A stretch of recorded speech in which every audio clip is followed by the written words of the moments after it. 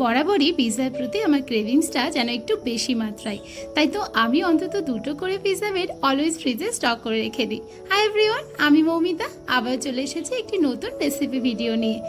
আজ নিয়েছি এই পিৎজা বেডটা। তো এরপরে এতে 2 চামচ মতো জল দিয়ে ভিজিয়ে 5-10 সেকেন্ডের জন্য ওয়েট করব। তারপর এতে স্প্রেড করে দেব 2 চামচ মতো পিৎজা সস। এই ব্রেডটা আর পিৎজা সসটা আপনারা ইজিলি কোনো গ্রোসারি শপে বা ব্লিঙ্কিট থেকে পেয়ে যাবেন। তো দেখতেই পাচ্ছেন জলটা স্প্রেড করে নেওয়ার পরে আমি এতে 2 চামচ মতো পিৎজা সস স্প্রেড করে দিচ্ছি। তো এরপর আমি কিছু সবজি কেটে রেখে দিয়েছি, যেমন ধরুন পেঁয়াজ, টমেটো, ক্যাপসিকাম, আর জানেন তো 2টো স্টিক পালং শাকও বেঁচেছিল, তাই ভাবলাম ফেলে না দিয়ে পিৎজাতে ইউজ করে নিই। তো সমস্ত সবজি দিয়ে ভালো করে টপিং করে নেওয়ার পর এর উপর 1 চামচ পিৎজা সস আরও অ্যাড করে দিলাম। ব্যাস, এবার আর কি ভালো করে বেশি করে চিজ ছড়িয়ে দেব।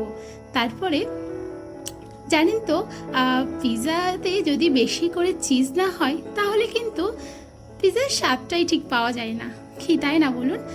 যেহেতু আমি হোস্টেলে থাকি তো আমার কাছে তো মাইক্রোওভেন নেই, তো আজ আমি কড়াইতেই পিৎজা বানিয়ে খাবো। এই দেখুন কড়াইটা নিয়ে তাতে খুব ভালো করে কড়াইটা গরম করে নেব। তারপর একটা টিফিন বক্সে ঢাকনা উল্টো করে রেখে তাতে পিৎজা বেসটি রেখে দেব, এই যে যাতে পিৎজার বেসটা পুড়ে না যায়। তারপর উপরে একটা ঢাকনা দিয়ে 5 মিনিট মতো ওয়েট করব। তারপর সেই স্টিমে পিৎজা আমার রেডি হয়ে যাবে। এই দেখুন এটা চিজটা মেল্ট হয়ে গেছে, সবজিগুলো অনেকটা বয়েল হয়ে গেছে, তো রেডি হয়ে গেছে আমার গরম গরম পিৎজা। এবার আমি এটাকে এনজয় করি, আর আপনারা জানাবেন ভিডিওটা কেমন লাগলো।